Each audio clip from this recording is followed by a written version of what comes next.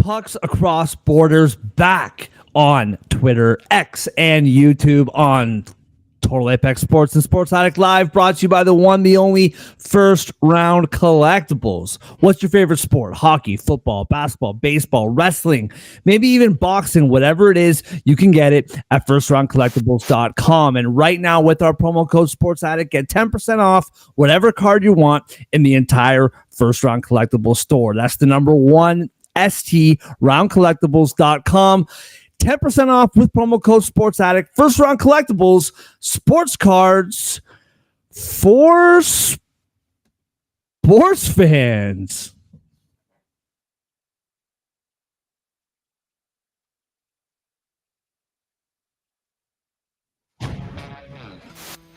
Yeah.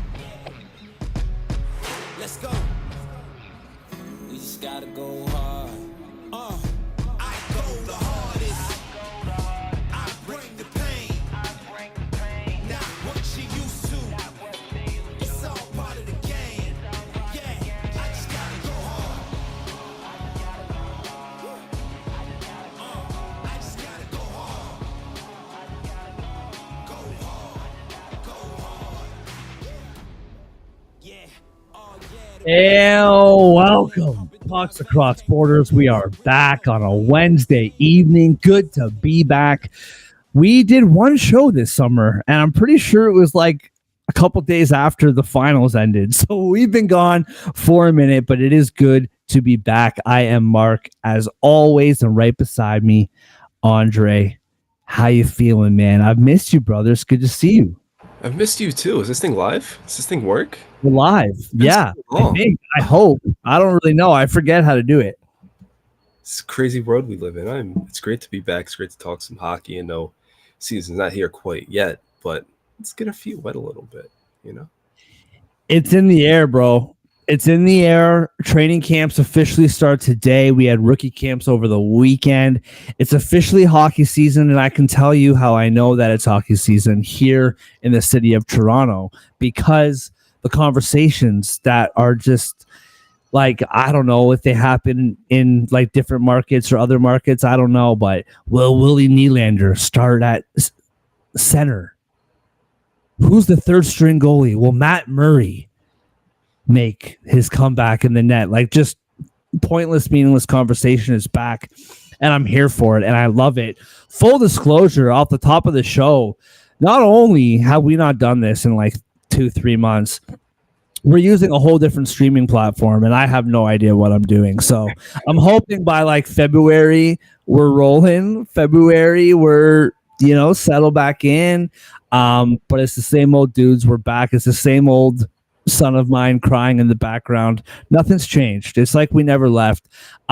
John, last I checked, a dark room retreat with Mr. Rogers. We haven't heard from him since. So hoping he's back by the new year. But that what's that drug called that Aaron Rodgers? Ayahuasca. I heard that sends you on some missions. So we'll see. But it's good to be back. Before we get started, it's a new season, lots to get into. But I would be remiss. We haven't been on in a couple weeks, and I don't want to get the season started with sending out our continued prayers and condolences to the Gaudreau family.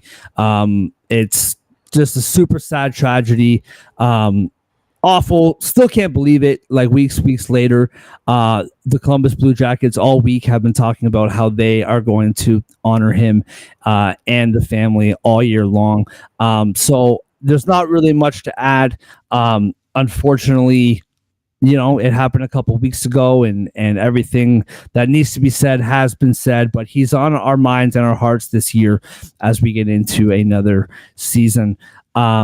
And yeah, still can't believe that it happened, but we continue to pray for the family, and we press on. Thought it was really cool that the Blue Jackets are going to have like his locker set up the whole year, just the jersey and everything like that. So definitely gone, but never forgotten.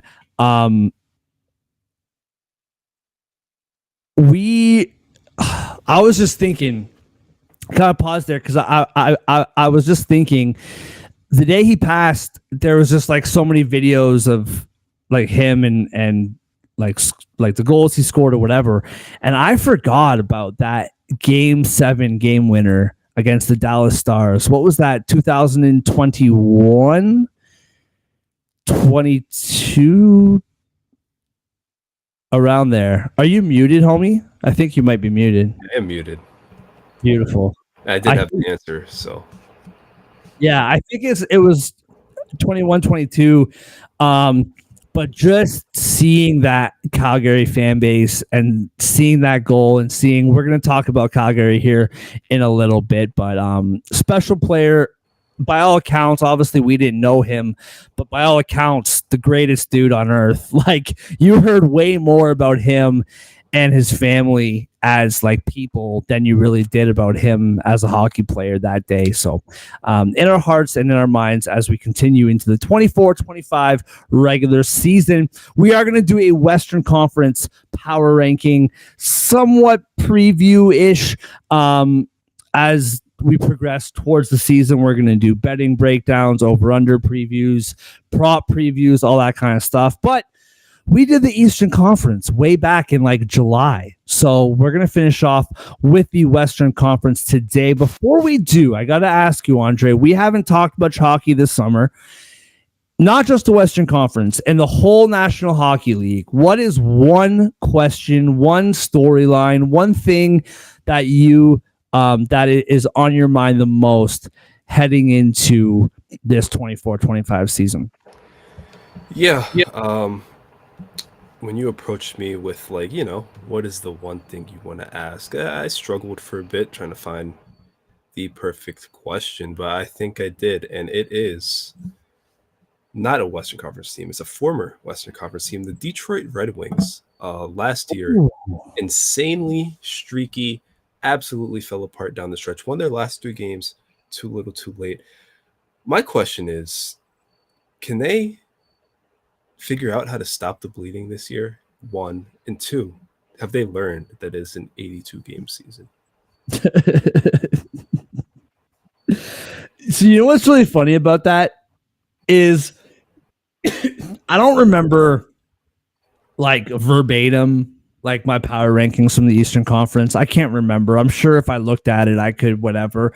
But I was kind of thinking about that. And that's another topic. Maybe like the night before the season, we do a show when we look at our power rankings and say, do we still hold this as our power rankings? Because I had Detroit, I think, 3rd in my Atlantic power rankings.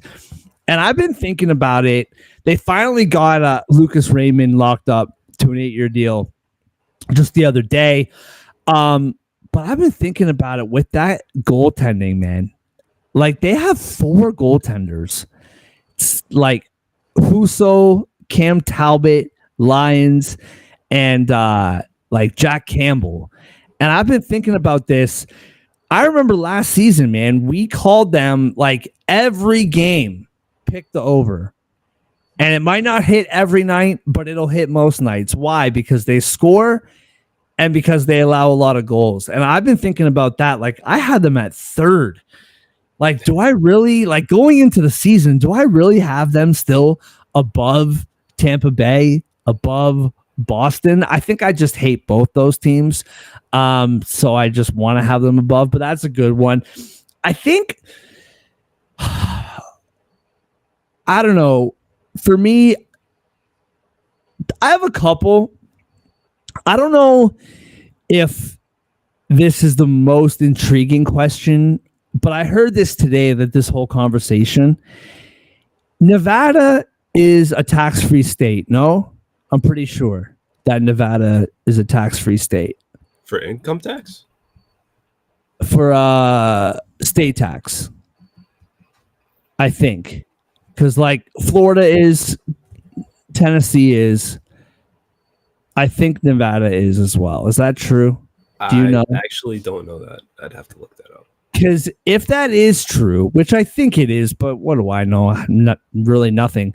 If that is true, then a state tax-free State has won the Stanley Cup 5 out of the last 6 seasons, or 4 out of the last 5 seasons, which that's been a really big conversation, especially here in Toronto where the taxes are outrageous. Is there a real advantage to not having a state tax? And if Las Vegas, in fact, is state tax free, then there's a case for that, right? Because you got Tampa Bay twice, you got the Panthers once, you got Vegas once, and then Colorado. That's an interesting one. The other one for me, and I think that you're on to something with the Detroit Red Wings.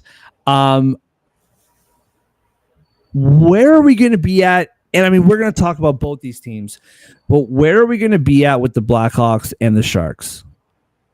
Are these two teams going to be fun teams to watch? I have a hard time believing, like, the Sharks were historically awful. Not quite White Sox awful, because that's awful on a whole other level.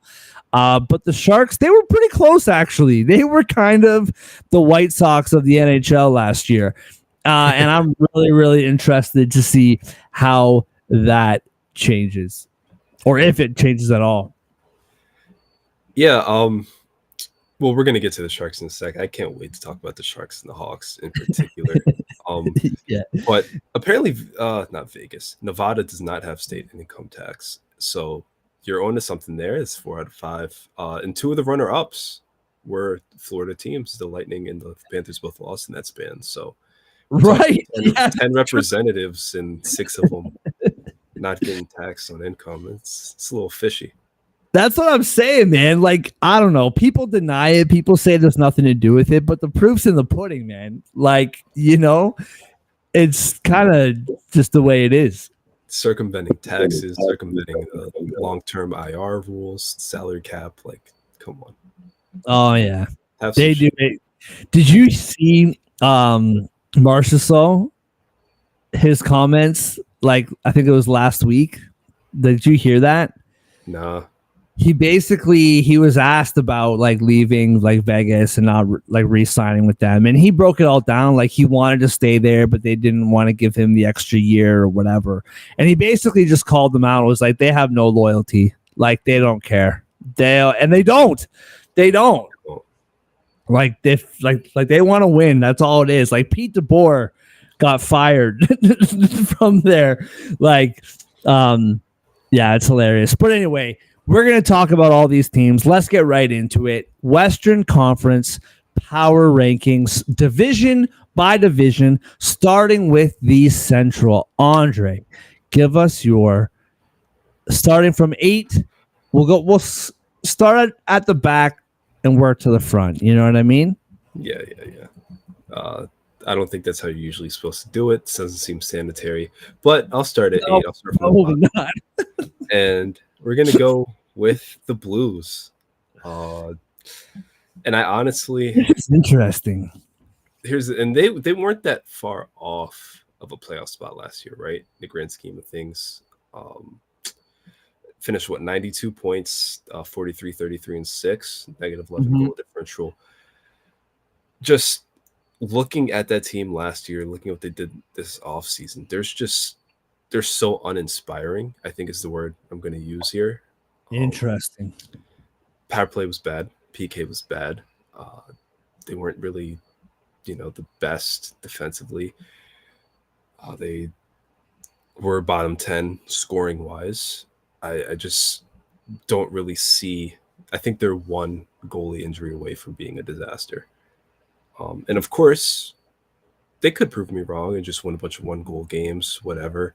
But that was a team last year that I think outperformed, or their record was better than their performance. This team I don't think did much to improve. And they're just kind of bland and boring. So it was a tough sell. We're going to get to my 7 soon, but I really think the Blues are going to regress hard, hit 8, and then they need to fully commit themselves to a rebuild. That's interesting. Yeah. So I have them just ahead of the Blackhawks, of course. The Blackhawks. And you know, I'm actually like, we've talked about this. I'm kind of high on the Blackhawks. I Yeah. think higher than most, I would say. I really like the additions they made. Connor Bedard obviously had a really good rookie season, won the Calder. That was with a broken jaw. Hopefully, he won't break his jaw this year, and we'll get a full year of him.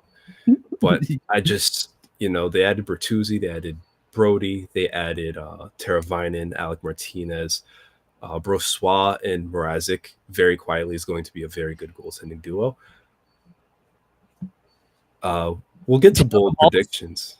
Huh? Taylor Hall's going to be healthy, hopefully. Taylor Hall, yeah, exactly. He's not what he was, but I mean, that's something. They have talent.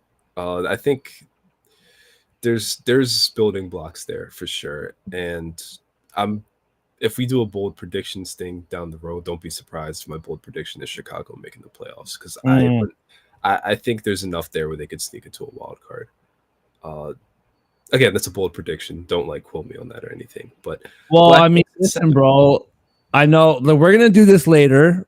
Like, we're gonna come back the week before the season. We're gonna do a whole betting preview day after day after day. But plus 750. It's money to me. That's not bad, dude. It sounds like money. Yeah. But going from them to the next team, again, a team that hung around for a lot of the season. We can say this about so many Western Conference teams, though, because that wild card race was a mess at the end of last year. But the Coyotes, not the Coyotes anymore, the Utah Hockey Club. Oh, I wish. I can't believe I botched that. I told you before the show. I was like, you warned me. And here I am. Old habits die hard, I guess. But the not officially Yeti are my six right now. Kind of with the Blackhawks, where I think there's enough there to compete. I think there's enough there to compete consistently. I'm just not sold on them, for a whole season. Looking at last year's team, mediocre offensively, bad defensively. I know they did some things. I know they made some pretty loud moves, honestly. Yes. Going to bring some excitement to Utah, but I'm not buying into the moves. Wasn't very high on them. So got them at 6. And again, I mean, I think ceiling-wise, the Blackhawks are above them, honestly, but I think floor-wise and more likely that Utah finishes ahead of Chicago. Moving into 5th, I got the Wild, and I think that for me, this mostly boils down to health. They were just so banged up last year and still managed to finish decently. If they are fully healthy for the full season, I think they're competing for a wild card spot, if not taking it. The Wild have, especially offensively, the talent to get it done. That power play, when it's clicking, is a top 10 unit, very underrated. So look out for the Wild. Healthy Wild team. They're going to make some noise. They're going to give teams fits. I know as a Rangers fan, I'm not fond playing the Wild most of the time. So can't imagine most others will be either. If they're, if they have all their weapons, they're firing on all cylinders. Moving into 4, I feel like this is where you're going to disagree with me the most. I have the Jets. I know best goaltending and defense last year with Hellbuck and net. It's going to get them far. Obviously, that's a great baseline for any team. But I think what the 3 teams ahead of them did to close out the year, and what I think they will do this year, I just like them a little more, especially offensively. That Jets offense doesn't have to do much, but at the same time, it's not enough where I think this year it's going to overcome the top 3 of Nashville, number 3, have them slotting into that 3rd spot where they were 4th last year. The way they finished that season, the momentum I think they're going to get from that, it was so beautiful. Hit their stride. They were so good. And obviously they have a great goaltender as well, Saros. They got Stamkos, they got Marchessault, they got Brady Shea. That's going to be a very good team. I got to remember how to say his name this year. I butchered his name so many times last year. No, you're absolutely right. I mean, you know how it's spelled though, SKJI. It trips me out. I think I'm better off saying his name when it's not spelled in front of me. Fair. Like I think if I just like remember Shay, but then like seeing his name, it just trips me out. Like I feel high or something. I don't know. Yeah, Mark, I don't think Shay is a name you can afford to forget. No, I can't. For one big reason, but we'll leave it a mystery. Yeah, I don't know what that could be. But yeah. Seems like the star of your life, Dallas Stars, my number 2 pick.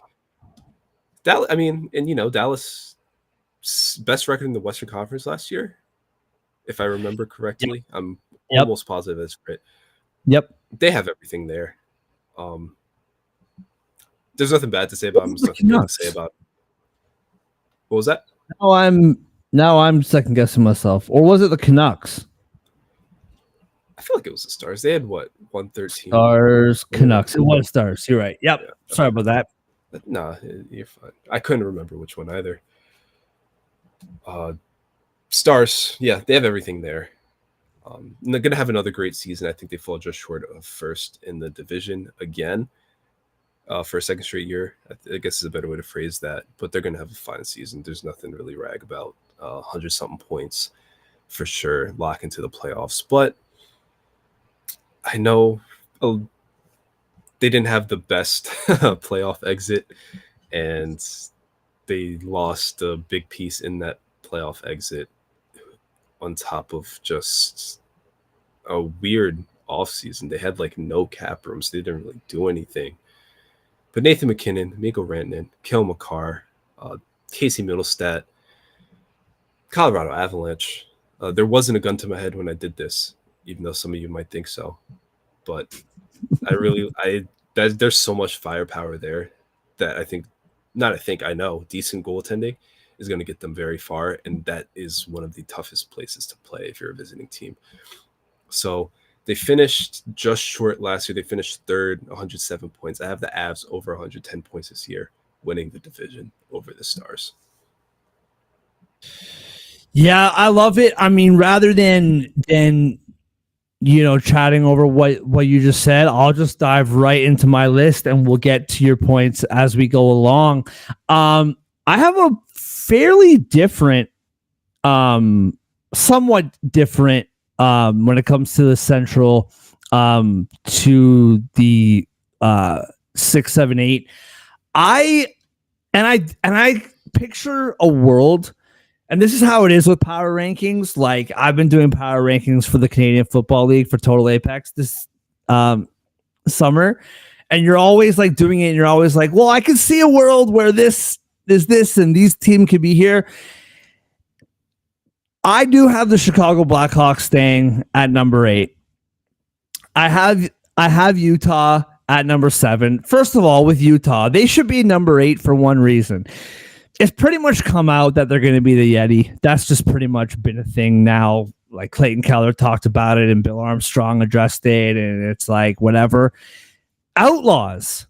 That was on the list. Remember the Utah Outlaws? How is that not the name? I don't understand. Like Yeti and what was the other one? I'm trying to remember the other ones. The Utah Blizzard, Ice, Venom. Like Outlaws is clearly the best. Like I can picture the logo in my brain. Like Outlaws, they should be 8 just for that. Like I feel like Outlaws was the only good option, really. But I digress. This is my thing with Chicago. I agree with you, and this is what I'm saying, where I can picture a world where Utah does go down or other teams go down and Chicago goes up. I love a plus 750 sprinkle on the Blackhawks making the playoffs. You look at their roster, and it's really like not that bad. Like I don't know, like, will they make it to the playoffs? I mean, there's a reason why they're plus 750, but you look at that top 6, Bedard, Bertuzzi, Teravainen, Hall, Kurashev was a revelation last year. Dickinson.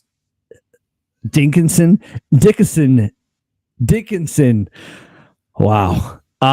He had a very good year. You got the new captain Felino down there. I like their team. Pat Maroon, he seems to always make it to the playoffs just by default. So who knows what happens there. Their defense, I think Vlasic is going to be a really, really, really good player, and there's a reason why they just signed the kid for 6 years at a decent ticket. But Seth Jones, good defenseman. He's been a good defenseman on bad teams for pretty much his whole career. Now that the team is a little bit better, specifically offensively, maybe his kind of good play kind of comes back a little bit. But the defense, listen, I know Martinez, Stanley Cup winner. He's a good ad. TJ Brody, I know that you gave me some, they added Brody, and I watched Brody a lot last year, man. And I'm just telling you, he's not the player he was. The amount of plays that he made where I asked myself, am I watching my Friday night tape, my beer league tape? Because that play looks awfully familiar. So I don't know how that's going to be, but I really do like this team, and I can see a world where they do better than 8th. I just have to kind of see it first. They're going to be a fun team to watch this year, man. I'm really looking forward to watching this team play, and at least it should be good hockey. And you're absolutely right, man. Brossoit and why am I blanking on that other goalie? Peter Mrazek. Mrazek. That's a sneaky good tandem. Exactly what you said. So I like this team. Utah number 7. You remember last year with the Coyotes, I really liked that team. And they were a good team. They were a very competitive team. And I think that with what we saw last year, they just lost steam down the stretch, right? And I feel like, again, there's two universes where this team could potentially push for the playoffs this year. I think having Sergachev on the defensive end now is clearly a huge add. The offense, Hayton, Schmaltz, Keller, Krause, Cooley, and then it kind of dips down. Josh Doan, I'm really looking forward to see what this kid does.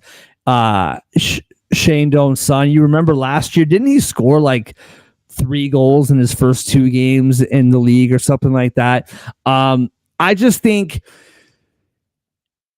Utah in the form of Arizona surprised a lot of people for a lot of last year, and there's a world where they can keep that momentum. Number 6, Wild. I just never know what to make of this team, man. I just don't know what to make of them. Last year, they started the season awfully bad, and pretty much it was their goaltending. They just couldn't buy a save, and it got their coach fired. So now, new coach, who this? I guess it was the same coach, that they hired last year. Clearly you have Kaprizov, you have Ekman, Eriksson Ek, you have Rossi, 1 more year with him, you have Boldy, 1 more year of him. You have really good, talented players. They have to score more goals.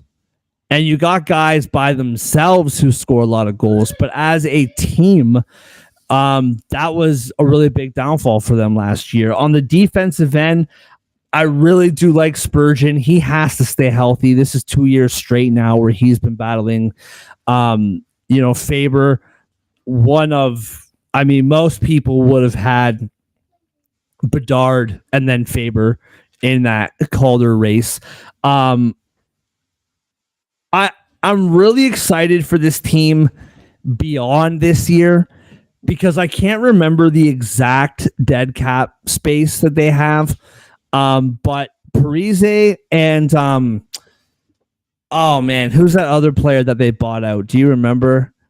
It was Zach Parise and I'm completely blanking. If you're watching and you know it, put it in the chat. I'm completely blanking on this. Do you remember? That's why we didn't have to take the summer off. Yeah, I can't. Yeah, I know. You said Parise was Ryan Suter, right? Yeah, Suter. That's right. They got a bunch of dead cap money tied up in those two buyouts. So after this year, they're going to have a lot of space and a lot of room to finally build onto this roster. Until then, they have what they have. For me, it's the goaltending again. I mean, Gustafsson last year, we saw some really, really bright moments with him, but he started the season really poorly, and it cost him a playoff spot, in my opinion. So I'm really interested to see. And Marc Andre Fleury, listen, this is his swan song, right? This is his last dance. He's doing it one more time. I want him to do well. I want him to succeed. He's been mediocre goaltender for the last couple of years. It just is what it is. But I really do like this team. And once again, there is a world where this team gets back to the playoffs. They before last year, this team is in the playoffs every year. Just not able to get over the hump. I'm surprised by your 8th place Blues, man, because I'll tell you what, I like this team. I think they can make a step back into the playoffs this year. And I'll just full disclosure to the audience.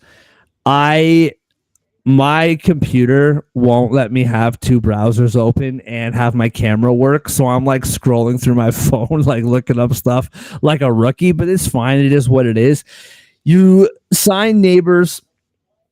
You have Neighbors for one more year. He was a revelation last year. He needs to take one. This is basically the deal with the Blues is all of their studs need to take one more step. You have Thomas, you have Neighbors, you have Kyrou, right? You have Buchnevich. You have good players who can score goals, but they need to take that final step, or maybe not a final step, but the next step. Kyrou, he needs to get 80 plus points this year. He just has to. They need that consistent production. You have Shen. I like this team. What I'm interested in, and specifically moving forward, not necessarily this year, but the Holloway that we remember and the Broberg that we remember, right? Because they did that famous buyout, the double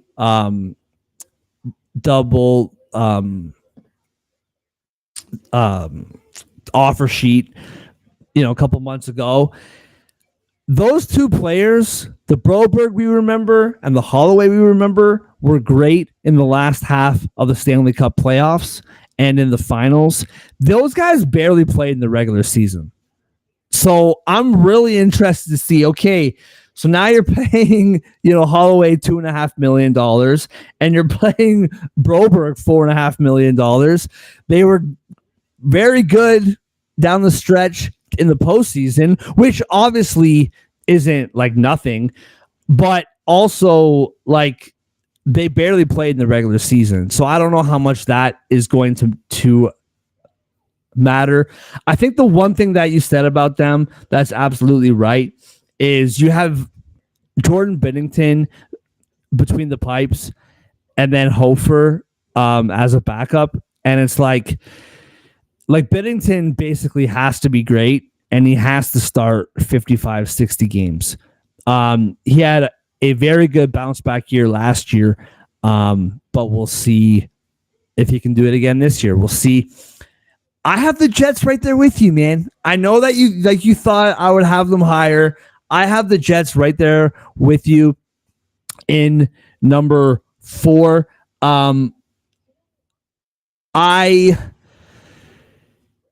Maybe it's recency biased, and I know it wasn't that recent, but it's the last that we watched of them. They got destroyed against Colorado, man. Like, they got absolutely dismantled by that team. And, like, Hellebuck, Vezina winner, very, very good goaltender. Obviously, one of the best goalies in the league. Top 3 goalie in the league. Some would say top 1 goalie in the league. I really, really like this team. This is what bothers me about the Jets, okay? Kyle Connor, if he can stay healthy, he was on an awesome pace last year scoring goals. Got hurt. He needs to stay healthy.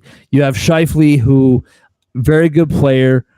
He has to keep producing.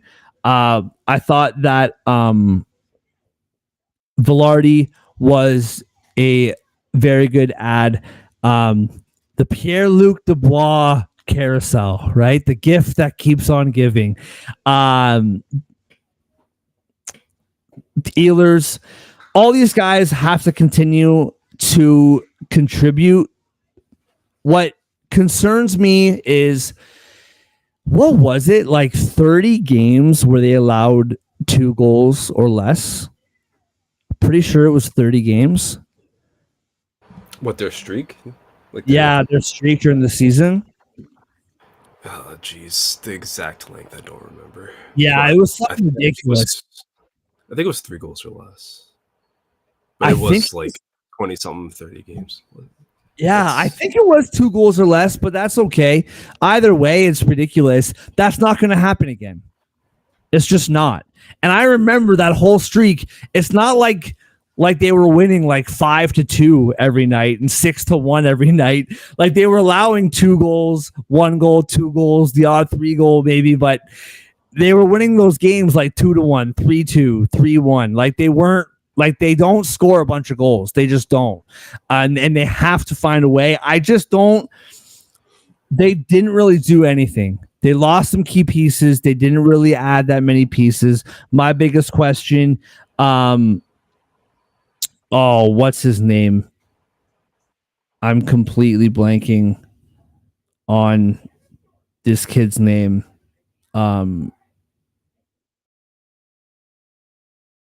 Yeah, I'm completely blanking on this kid's name, but they need their prospects to grow and to contribute. I'm worried about the Jets. I think, I was worried about them last year, and look what happened. They had the division lead for pretty much the whole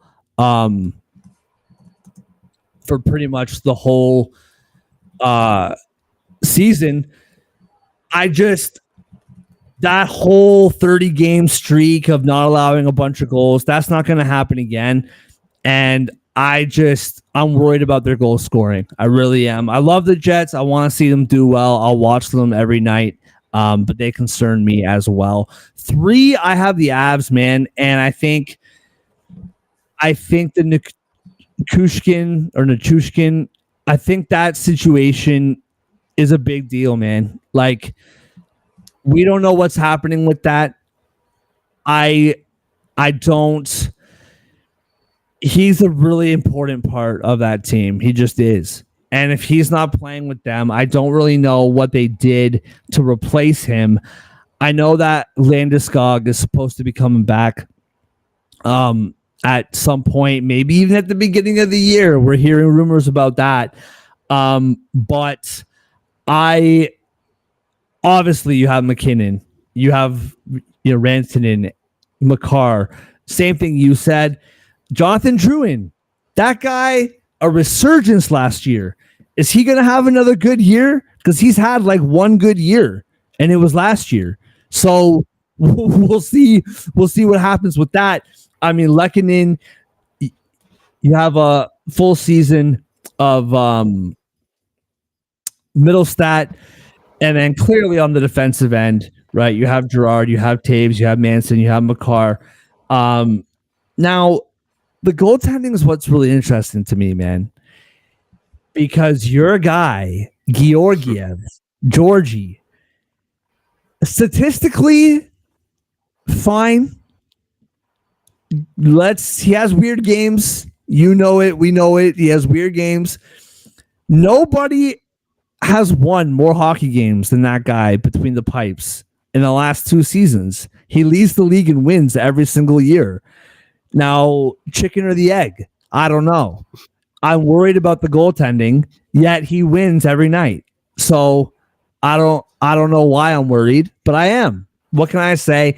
Number 2 is the Predators, man. I love this team, and I want to put them at number 1 so badly, but I can't. You got to keep the Stars there. Until proven otherwise, you got to keep the Stars there. But the Preds, man, you said it. Shea, terrific addition on the blue line. You have Marchessault and Stamkos, who combined, if they have identical seasons, you just added like 80 goals, right? Which is something that historically the Preds haven't really done that much of. This is a really, really good team, like a really good team. And you have S.O.S between the pipes. I think the biggest thing that makes me nervous about this team, dude, is that everybody is on them. Like they're that hot ticket, that hot team to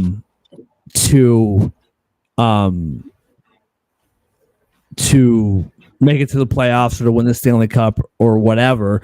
The truth is they had a very, very good year last year without Stamkos and without Marchessault. It's not like this team missed the playoffs last year and they were awful. And now you add these 2 guys and now all of a sudden they're going to be great. This was a really good team last year, man. And you add these 2 guys, and in the playoffs, they should have at least pushed that to 7 games, if not beaten Vancouver. Wasn't it? I can't remember which game it was, but like they're beating Vancouver 3-1 with like 2 minutes left. Vancouver comes back, ties it up, and then wins it in OT. This Nashville team is really good, and I think adding these 2 players is going to do nothing but enhance that. And don't forget, like Roman Josi on the back end, the greatest defenseman that everybody always forgets about. Like when you list like best defensemen, right? You think of Makar, you think of Hughes. This guy is one of the best defensemen in the league, hands down. So we will see what happens. And Dallas Stars, not too much to add to that. It's the Dallas Stars. I do think losing Tanev is a big loss. I'm really interested to see what this team does. Probably my biggest question mark would be defensively, but I got nothing more to add. They won the division last year, and to take them off number 1, you're going to have to show me otherwise. Yeah, I mean, we didn't have neither of us had much to say about the Stars, but complete team. That's what you get when you're just well built. I would like at some point that we got to revisit that Avs Jets series because oh my god.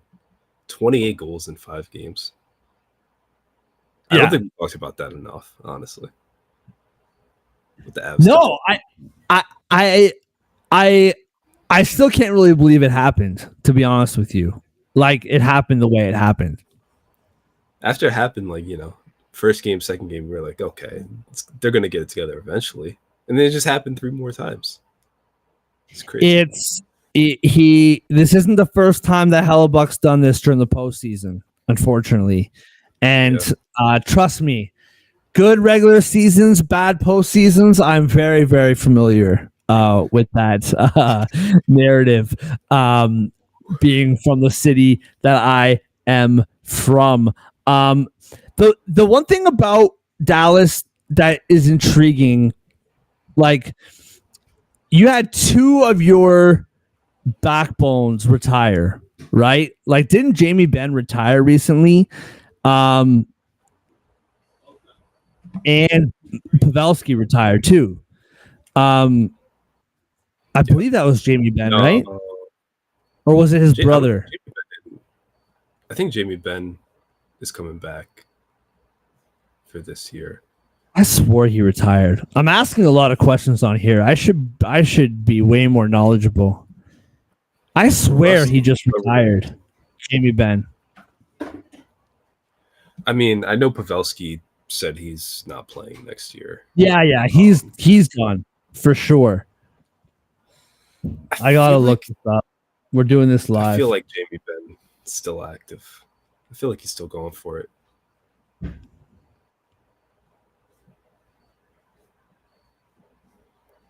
Then who retired? I think they would have won. He was going to retire. Was what it was. Yeah, I swore I don't know. Whatever. My point is, they're old. They got really good young players, but they're old. Matt Duchene had a phenomenal year last year.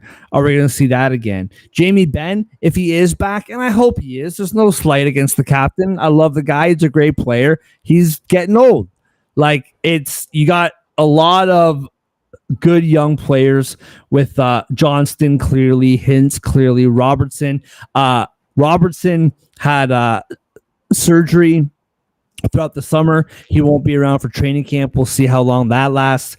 Stankoven, Tyler Seguin, very good player last year for them. He's also getting up there too, right? So that'll be interesting to keep an eye on. All right, moving on to the Pacific. And let's do this just because I feel like I just talked for like 20 minutes straight. Let's go 3x3. We'll do 3x3. So, because if I have to do 8-1, we all know that I'm going to talk for like 45 minutes straight, just me, myself. So let's break it up so that you don't have to listen to me talk for so long. Andre, give us your 8-7-6 in the Pacific Division. My 8, hailing from the state of California, the Anaheim Ducks. Most of you expected the San Jose Sharks, but I am taking the Ducks to be the worst team. I think the Sharks are going to leap them. And, when I looked at the standings from last year, I had to double take. I forgot just how bad the Sharks were. But I mean, the Ducks right there with them. They were right there with the Blackhawks all season long. They changed their uniforms. They changed their logo. It. I love it. I mean, what did they do to the roster, though? Nothing. They're just everyone's going to get older, and that's what we're preying on. Anaheim, I'm sorry. Between the Ducks and the Angels, I don't know how you do it. But it's going to be a rough one for the Mighty Ducks, and I am picking them last in the Pacific. The Angels. Yeah, you had to mention the Angels to just kick them while they're down. I mean, they survived the White Sox today. I mean, they've survived the White Sox this series, honestly, but they're playing again soon. That's not important.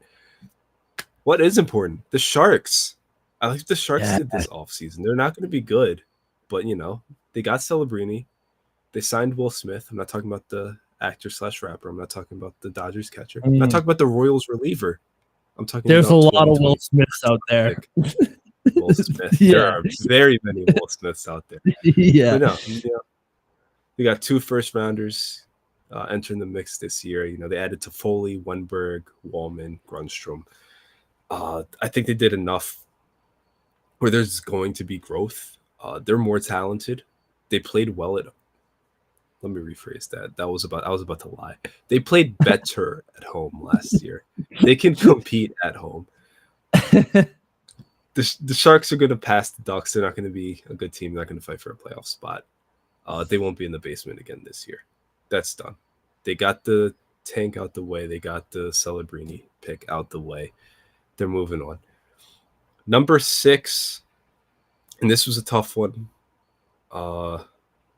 This was a very tough one. I had the Flames. They traded away Markstrom, and I think that was the big thing for me. The rebuild's on. And, you might say, oh, they had a good draft class. They'll be back. That draft class isn't going to make them a good team this year. So I understand why they finally bit the bullet, started over. They were tired of just being a middling team. Couldn't really do anything. If they made the playoffs, they're not in a good spot right now. I think most of the division is ahead of them very comfortably. So those 3 for sure are the bottom 3 in the Pacific, in my opinion. Yeah, I got some stuff to say about the Flames because I disagree with this, and I think I'm alone because I don't hear anybody who has my opinion. So either I'm a genius or I just don't know what I'm talking about. It's one or the other. I did forget to do this though. For the Central. I'm just going to load it up here real quick. I forgot to do this for the Central, but I wanted to do this just because, at the end of the day, we are a hockey show. We talk what happens on the ice, but we are a betting show and we talk bets. And I just wanted to lay this out here before I continue. So in the Pacific Division, to make the playoffs, the Anaheim Ducks, which just kind of surprised me because the Chicago Blackhawks to make it to the playoffs is like, what was it? Yeah, plus 750. Yeah. The Ducks are plus 870 to make it to the playoffs. The Flames are plus 285. The Oilers minus 1100. The Kings minus 235, Sharks plus 1,800 to make it to the playoffs. Sprinkle on it now, Andre, because when the Sharks start the season, 10-2, that number is going to change. So plus 1,800 for the Sharks to make it. The Kraken plus 146 to make it. Canucks minus 265, and Vegas minus 340. And I'll list off the Central at the end of the show. For me, I have the Ducks also at number 8. Just like what you said, man, there's not too much to add here. There's only so much you can say about this team. They just didn't do anything. I think that they have some good young players, man. I don't fully understand. You're going to rebuild. Okay, you still have John Gibson. It's a no trade clause. He refuses to leave, I guess, but you got to find a way. Dostal or Dustal or however he pronounces his name.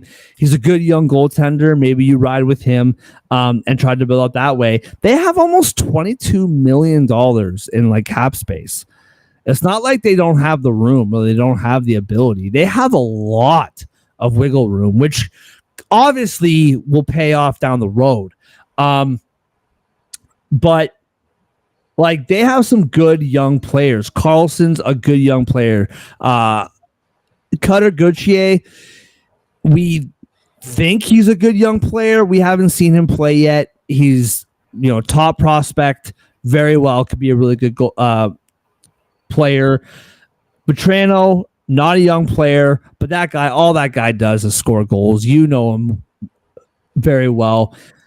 Zegras, we don't know what his deal is. Is he staying? Is he going? We don't know. Terry, Fabry, McTavish, Strome, they have good players, and I'm just disappointed that they're not adding more to it. I'm interested. They were competitive for a minute there, last year. I just think the fact that they did nothing is going to basically just tank their season before it even gets started. And with the Sharks, man, I can't be a serious hockey analyst and sit here and tell you that the Sharks are 100% going to make it to the playoffs. But you talked about their roster. Dude, if Logan, why am I butchering all these names tonight? Just say Shea for everything, man. Shea. Logan Couture. Huh? Isn't it Couture? Is that Couture? Couture. See, I'm butchering all these names. I have no idea why. We've been gone for the summer. It is what it is. If he's healthy, he's still a really good player. Now, he was out for almost all of last season, but if he's healthy, he's still a good player. You have Celebrini, you have Toffoli's there now, right? Eklund, Granlund, Zetterlund. That's hilarious. You have Eklund, Granlund, Zetterlund, all projected by Puckpedia to be on the same line, which would just be hilarious. Even if they have no chemistry, they should just have them all on the same line because they all sound literally three Lunds all on. Anyway, whatever. I think it's funny. Wenberg,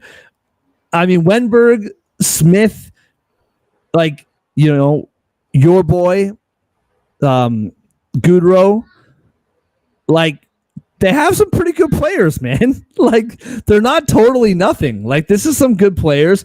The defensive end is where it kind of breaks down. You know, Ferraro, CC, Wallman, Rootsat, they're okay. Vlasic, I can't even believe that guy's still in the league. No disrespect, but like, it's crazy. Now, will it matter this year? I don't know, but Askarov. Getting him between the pipes is really interesting. Like, according to a lot of people, this is like the next Patrick Waugh. I'm really curious to see what that means this year. For the future, they could very well have their guy, and that would be huge for them. Blackwood last year, obviously some rough nights, but he has some pretty good games, man. So I don't know. I'm not all the way down on this team, man. I still obviously clearly don't think they're going to make it to the playoffs, but they got some good players. What I don't understand, I don't know enough. I haven't studied enough. Their coach, sure, he's a great guy. I've never. Is this the guy that I've never heard of? I don't know if I've ever heard of this coach, but regardless, it'll be interesting to see. At least this is what I can say. At least when the only game on at 10:30 is a Sharks game, it'll be worth watching. So that's good to know. And number 6 for me is the Kraken, man. Listen, they made it to the playoffs. They won a round against Colorado. It was all good. Last year, they had some moments, but they were never really in it. I like Stevenson signing with them. And obviously, Montour, Stanley Cup winner, very, very good defenseman. Other than that, I don't trust the consistency of this lineup. I like McCann. I like Jordan, Eberle, Beniers. They just extended. He's a good player. Sophomore year took a big step back, so we'll see what he can do moving into this season. I don't know, man. I look at the lineup and they got like good players, but to be honest with you, I don't really trust it. I like what they added. I don't think they did enough. What's interesting with this team, though, is they have $4,000 left, according to Puckpedia, $4,000 left in cap space. So all those players and no cap space, and I don't know. I'm not really buying it. The goaltending, interesting, right? Like Grubauer, Decord was their best goalie last year for the most part. So it'll be interesting to see moving forward. All right, bro. Give us your 5, 4, and 3. Well, you segued perfectly for me. I have the Kraken at 5, and I think they're going to take a little bit of a bump up because I expect more from the goaltending. It's that more than anything else, really. And they were 8th in goals allowed last year, so it's not like they were terrible. You just That's talk true. about the cord, 916 save percentage, 246 GAA. It's not like they were awful, but they could be better, and I think that's encouraging. So right away, I think it's a good baseline for this team. Not the penalty kill, but just the special teams in general, solid, nothing spectacular. I think if that holds 5-on-5 scoring, they should be better, you would think. Their shooting percentage was awful last year. A little bit better puck luck, more goals. I don't think this is a team that's going to make it back to the playoffs this year. I think this is a team that will have a better record than last year, and I think this is a team, maybe some of those OT losses turn into wins. They had 13 of those. On the outside looking in, they're in the wild card hunt for a good amount of time. So that's where I have the Kraken. Nothing crazy, not like super high on them. I don't think they're sniffing the playoffs, but I think they're going to be better. I think they're going to be solid. Not last year, there were stretches where they were just a pushover, right? Especially towards the end. I think they had 2 massive losing streaks when they were in the wild card hunt, in a sense, and they just fell apart. So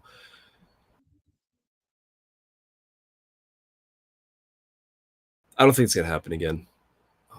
Pacific Northwest hockey is going to be stronger. 4, I have the Kings, and I have no idea. I don't know what you remember from this season. I really don't know with you, this bro. Kings team. They turned it around. Like, kudos to them for righting the ship and making sure they got their playoffs. They got to the playoffs. There was a point where we were convinced they weren't going to make the playoffs. That's they had true. The second best record in the Pacific. I agree with you, but remember, man, they were so good at the beginning of the year that that's what got them into the playoffs. Like, I don't know if they really righted the ship. The Oilers, I know the Oilers went on to the Cup final, whatever, but I'm with you, but they didn't have a chance in that playoff round.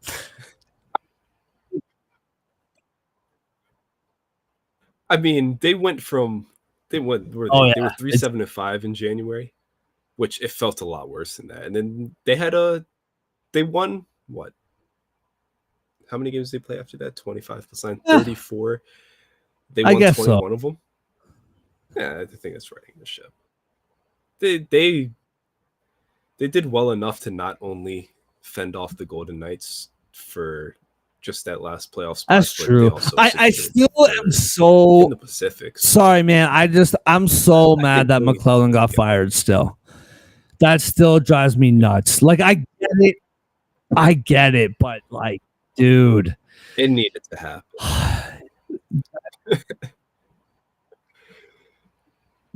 If you don't remember that post-Christmas, just watch any episode of us talking about the Kings between Christmas and like February 1st. Honestly, just the All-Star break at that point. It was bad.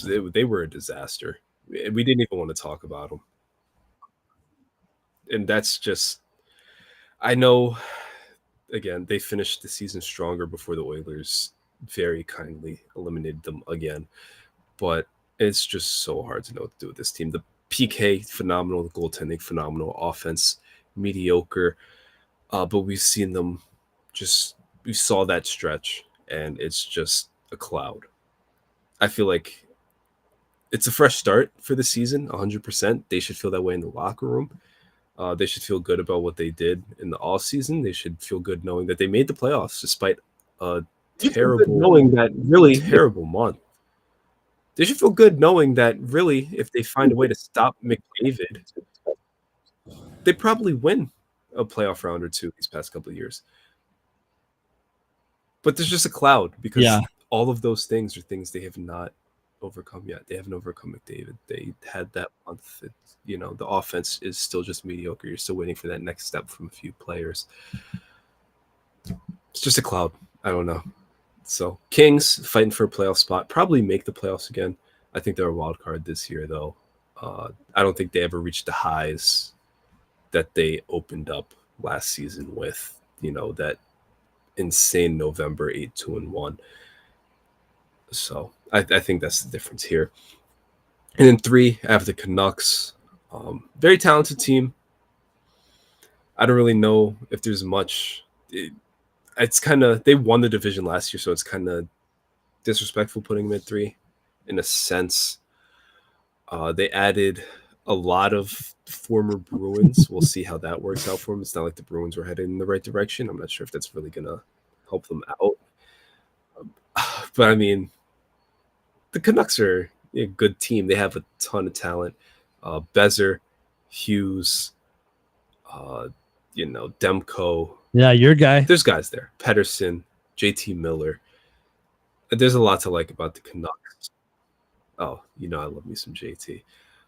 There's a lot to love about the Canucks. I think they're going to, comfortably make the playoffs again this year. I think they're going to win another playoff series, at least one. But I have them finishing 3rd in the division.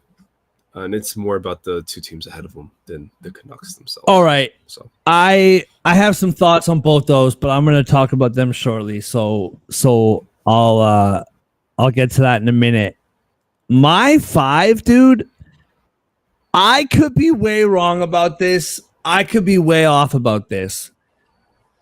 The Calgary Flames, anytime anyone talks about them, it's a rebuild, they're tanking, they're this, they're that. And obviously they're not as good as they were in years past. I'm not here to tell you that. However, I look at their roster, and in a perfect world, this is not that bad of a roster.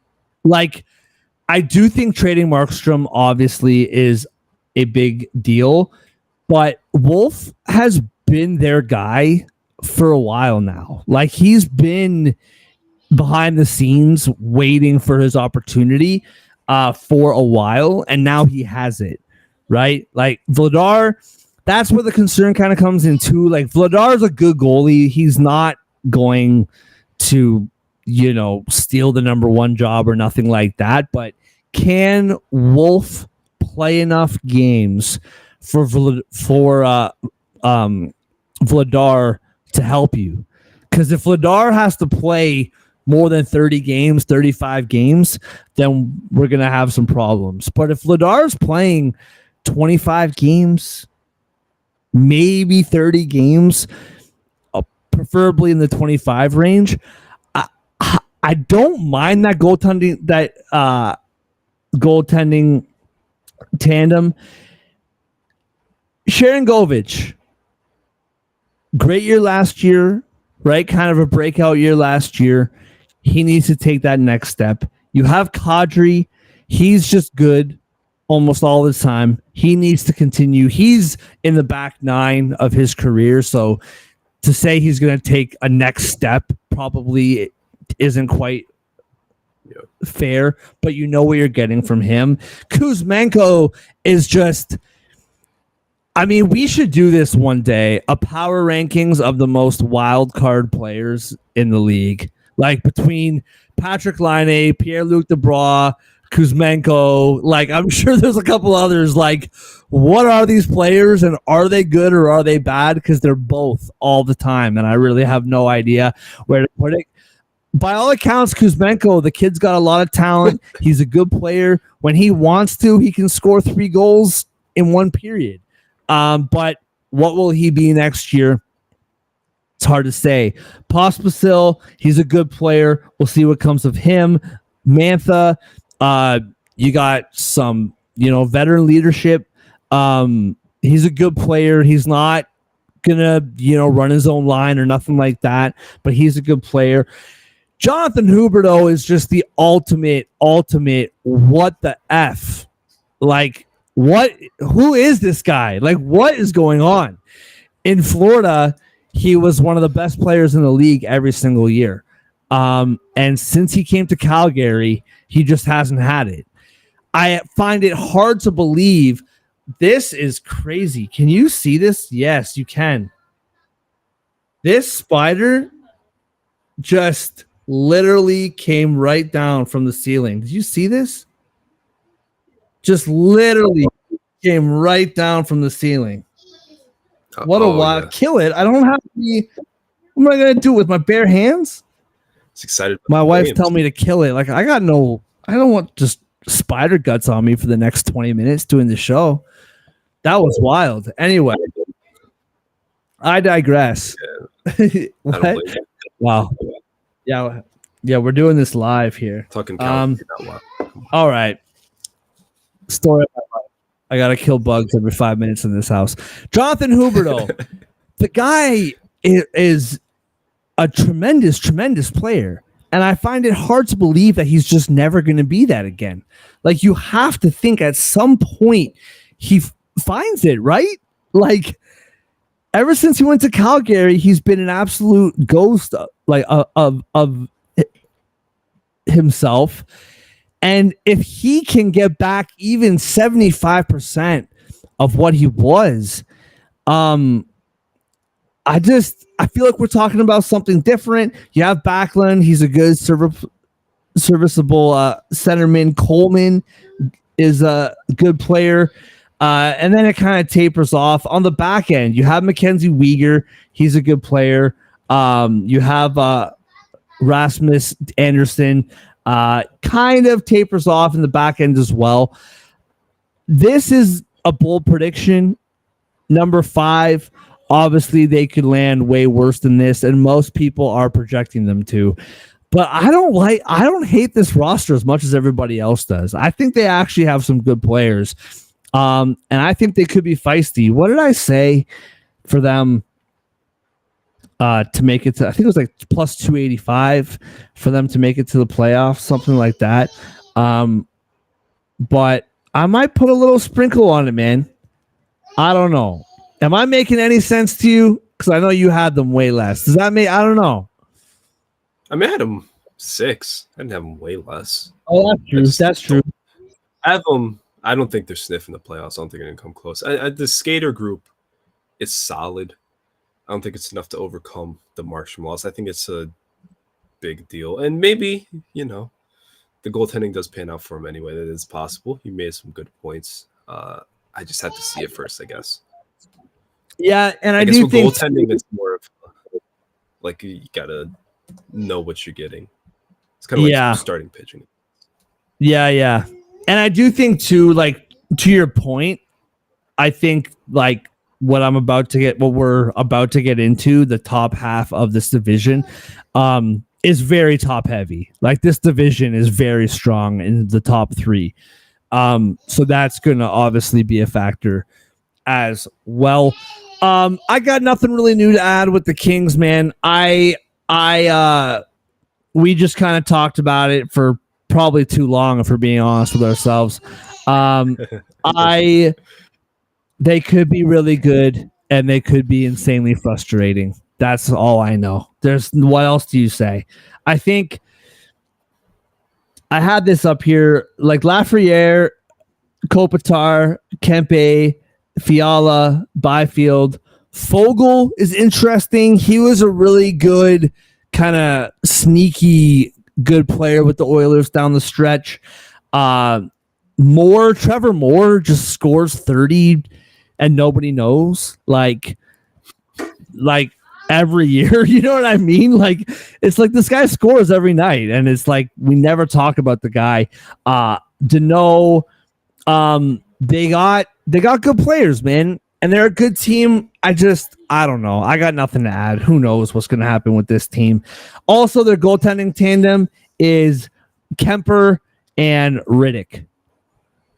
So I don't know. Maybe that's good. I have no idea. I don't know. Is Kemper that much better than Talbot? I don't know. I don't think so. Talbot for everything.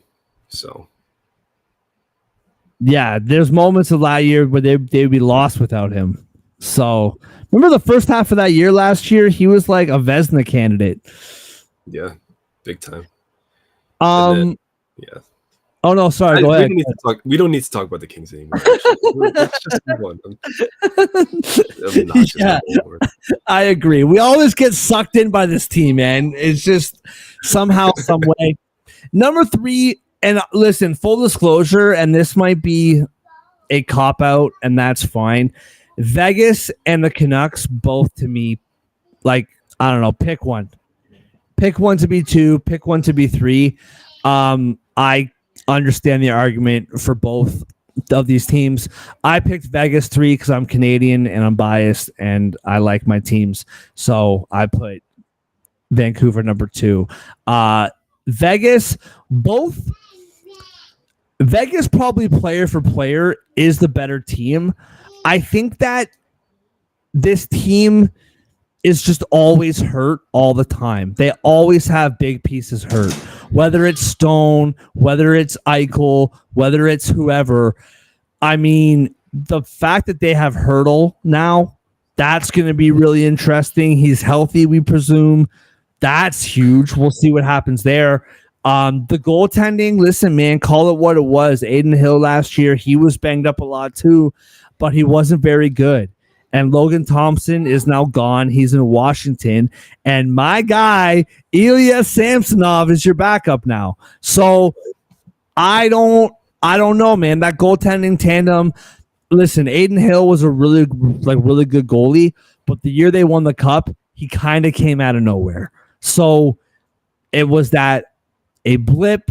I don't know. I'm not saying it is. I'm just saying the goaltending kind of worries me. Pound for pound, though, this Vegas team is full of incredible players, and they should be right up there. I would be very surprised to see anybody else in the top 3 besides the 3 that you and I both have chosen. Like Vegas, Vancouver, Edmonton. I'd be shocked to see anybody else in that top 3. So let's wrap it up. Your final 2, Andre. What do you got? Clearly, there's only really one other. There's only one. There's only 2 teams to choose from. Yeah, it seems like we're gonna have the same number 1. But number 2, my number 2 is your number 3, Vegas Golden Knights. You just talked about a bunch. So I'm gonna kind of keep this brief. I expect better health from them because they just can't keep getting hurt every year, right? Or getting hurt every regular season. I'll tell you, if Stone specifically, but if anybody else is on the LTIR in late March, are we going to talk about anything else? And by we, I don't mean we. I just mean the media in general. Like, it's going to be the only topic of conversation. And it should be, because it's kind of getting ridiculous at this point. But whatever. They had a phenomenal playoff series with Dallas last year. It was the first round, so I think it's kind of lost. So good. Yeah, so good. Went up 2-0, lost the next 2 by a goal. I want to say that one of them was an OT. So they had a chance to go up 3-1 in that series. Lost game 5. I guess they lost 3 in a row, but all 3 were by 1 goal. Came back, won game 6. Lost game 7 on the road by 1 goal. They were very close to, they were 1 or 2 bounces from winning a playoff series against the top team of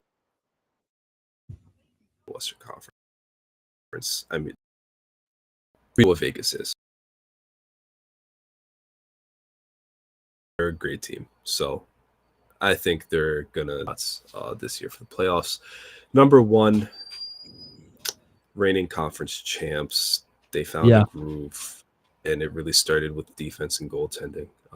That's all the Oilers really need, because McDavid, Draisaitl, and they're not the only 2, but with those 2, you have an elite power play that will be at worst the 3rd best in the league.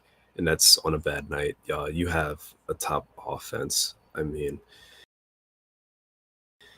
defense and goaltending in check. They're going to go very far yet again. And I think they're going to be very hungry after getting so close to lifting the cup. So, can't start slow. I think that's the lesson to be learned from last year. Yeah. It barely got them into the playoffs. It cost them a title because they were down 3-0 and had to win 3 in a row just to get to Game 7. So I think they've learned from last year that you got to bring it from day one. I think that they have the talent in that room defensively and in net to, be another top team. So expect the Oilers to not only win the Pacific, but to at least make it to the second round this year. Yeah, I completely agree. My number 2. Oh, one more thing about Vegas. Sorry, just to double back just for a sec. They are, if you thought that the salary cap management magic was over, they are currently $3.6 million, according to Puckpedia. $3.6 million over the salary cap. What kind of Houdini Vegas show will they put on to get out of that? The rule is you're allowed to be 10% over the cap during training camp, but you got to be squared away by the beginning of the regular season. So this is not illegal, nothing like that. They're allowed to be over the cap right now, but we'll see what happens. Maybe Mark Stone will just go on long term for the whole year. Why wait? Why wait till March? Just go on now. Yeah, we'll see you here in April. Hopefully. Mark Stone should hop on the show. That's what we should do in this season. I would love to have Mark Stone on, but he can pay us. Paying him. He can. Oh yeah, for sure. I know Chris Letang's a everyday watcher, so he should hop on at some point too. But it's a bridge to cross later. Yeah, Chris Letang. I'm kind of bummed that we talked about Pittsburgh forever ago, because that's one thing we didn't talk about was the Sidney Oh, dude, I could get that contract made me so mad. I don't even know. Maybe I'll save it. We'll get through this one too real quick, and I'll tell you why that made me mad. A little tease. All right, the Vancouver Canucks, who are $100,000 under the cap, if anybody cares. What I'm interested about with this team, is something similar to the Vegas, but it's different. Demko, incredible goalie, always hurt at the wrong time. I'm really interested if Demko can stay healthy. She loves me. Yeah. I didn't forget that joke. I've kept it under wraps. Was incredible during the playoffs. Very, very good. What does that mean? Is that who he was? Did he catch a hot streak? We have no idea. We'll see. Thatcher Demko, man, one of the best goaltenders in the National Hockey League, and he can't stay healthy. And I don't know what that looks like moving forward. I would love to bet Vancouver futures, but that to me is a big question mark. With Demko, I don't even think he's healthy right now. I think he's still struggling with whatever ailed him during the playoffs. But you said it, man. JT Miller, Besser, Pedersen. I actually think, I know you made the joke about the Boston players. I think Jake DeBrusk is a really good signing, actually, and I'm really interested to see. They got Sprong from Detroit. Really curious to see how that plays out. Also, forgot to mention at the top of the show, thoughts and prayers to Dakota Joshua, man. It seems like he came out the other day and told the hockey world that he was diagnosed with testicular cancer. They caught it rather early, and he seems to be just recovering now, which is incredible. But he will not be around for training camp. He is hoping to join the team as soon as possible, so we're definitely thinking and praying for him. There's no reason to me why this team can't compete for first in the Pacific, other than for whatever reason, the goaltending situation really bothers me. I don't know. I'm really worried about it. And we'll see what happens. The Edmonton Oilers, we both had it. Nothing really major to add, much like the Panthers, much like the Stars, much like the Rangers. You got to dethrone them. You got to take them off before we can say otherwise. The only thing that I will say as I pull this up here on my phone, because my computer is 8 years old, people are making a big deal about the offer sheets, and this is my thought on this, because we haven't talked about it. We haven't been on since the offer sheets happened. It happened a long time ago, but quickly, this is my thought. Those two players, like I said, they barely played the regular season. They were important in the playoffs. There's no doubt about it. But in the grand scheme of things, those two guys didn't play during the regular season. Where this is going to really hurt them is in the future. They were good young players on really cheap contracts, and that is huge in this salary cap world. You need good young cheap talent, and they were that, and they're gone now. So that is going to matter for years to come, specifically 2 years, 3 years from now. This year, I don't know how much that actually matters. You add Arvidsson from LA.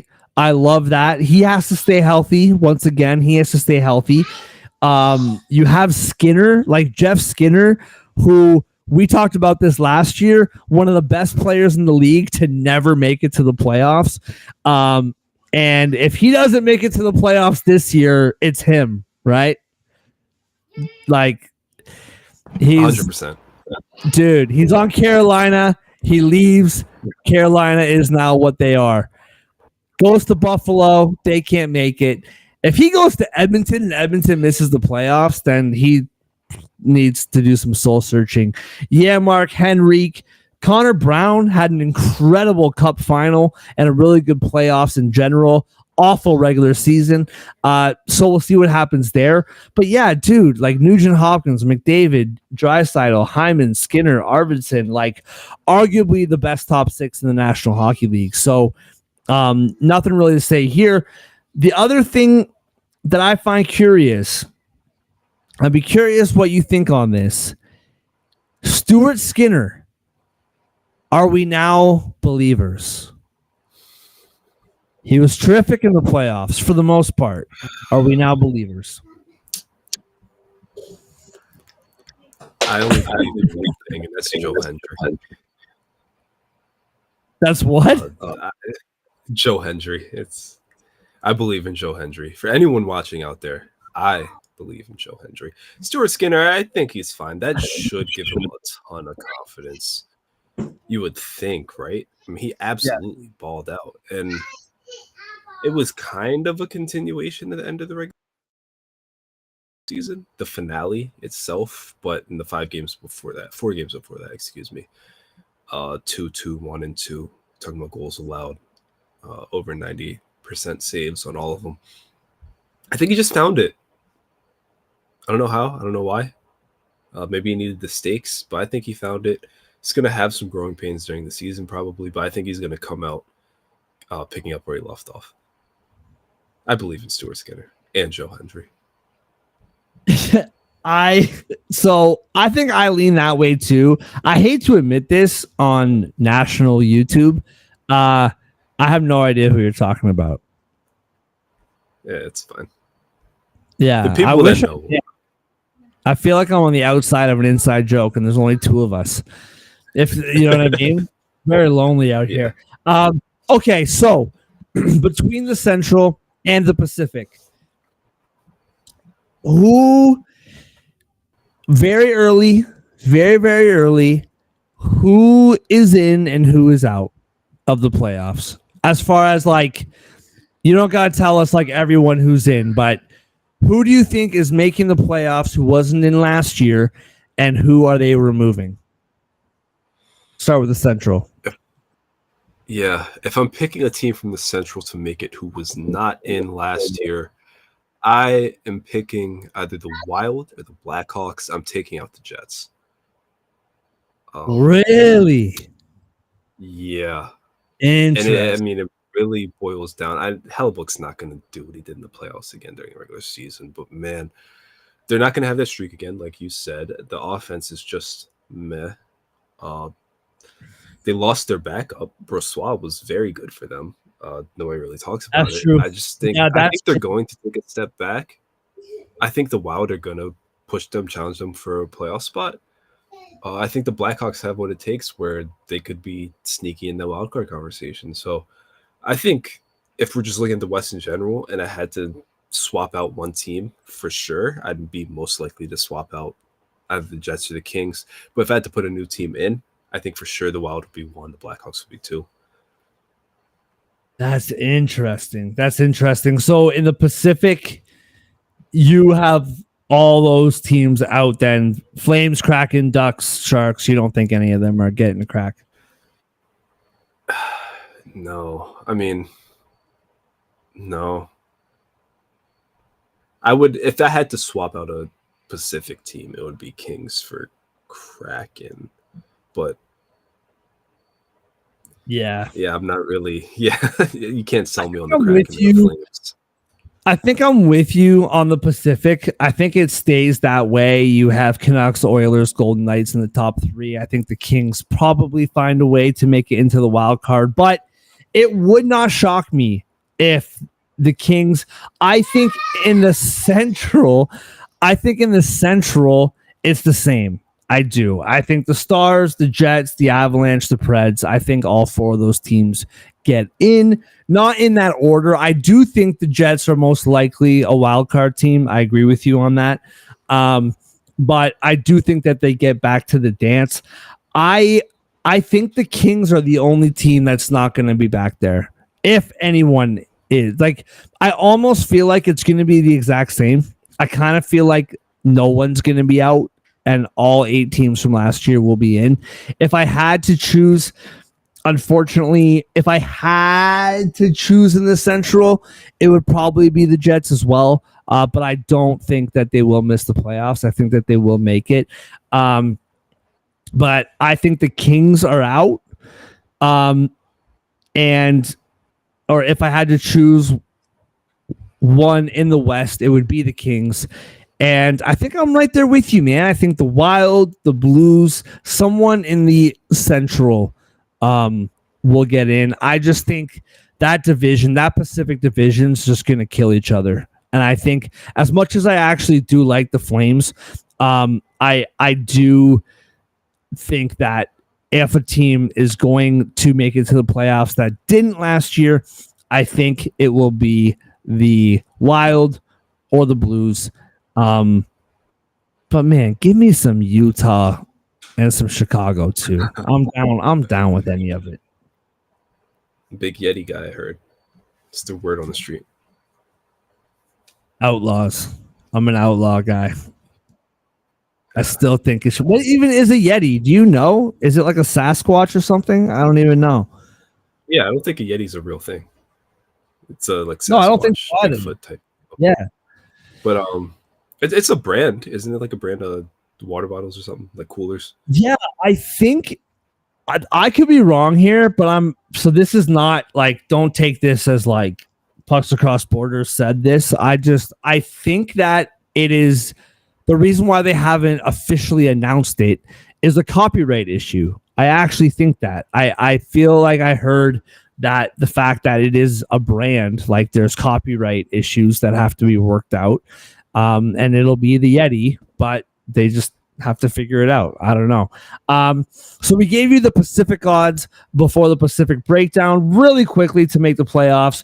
Chicago Blackhawks plus 750, Avalanche minus 620, Dallas Stars minus 560, Minnesota Wild minus 170, Nashville minus 265, Blues plus 172, Utah plus 162, and Winnipeg minus 172 to make it in so for the Kings to miss the playoffs is plus 180, and for the Winnipeg Jets to miss the playoffs is plus 108. Where are we here? Plus 134. So there you go. You wanted to be negative, and I just gave you the odds of what being negative would pay you. All right. It's been a long show. Crushing it. Great to be back. Great show, bro. Thank you, everybody, for joining us. And everyone that's watching live right now has pretty much been watching for the whole show. So we appreciate you sticking with it. Hope you enjoyed it. Really, really quickly, I'm just going to let everybody know it makes me so mad that Sidney Crosby signed for $8.7 million. Do you know that for 17 straight years, he has made $8.7 million? Sidney Crosby, at one time the best player in the National Hockey League, now one of the best players in the National Hockey League, has made $8.7 million for pretty much his whole career. And my team up here get paid every single penny that they want. And guess what? We have one. And guess what? It drives me absolutely nuts, man. Nathan McKinnon, when he won the Stanley Cup, he wasn't even making $7 million yet. All these teams that win cups, they do it because they take less money to build good teams around them. And yet again, Sidney Crosby knows that they suck and they're going to need every single penny that they can possibly get. So he takes only $8.7 million. It drives me absolutely bananas. It's awesome. Good for him. I don't think that the Penguins will be able to do anything with it, but hey, that's fine. There you go. There's my Crosby rant. Has nothing to do with Crosby. It's just I'm a tortured Leaf fan. Sounds like you just hate symbolism, honestly. I actually love it. It's very sentimental. It's something to do with like his birthday, like August the 7th or something. 8/7. It's very sweet. I love it. I can't say anything bad about Sidney, man. It's great for him. Yeah, you can. You can. All right, Andre, anything else to wrap up the show? You got anything we forgot? I think we got everything, bro. Yeah, I think we're good. Nothing to forget. Good to be back. Nice talking to you again. Nice yes, sir. Being live. It feels good.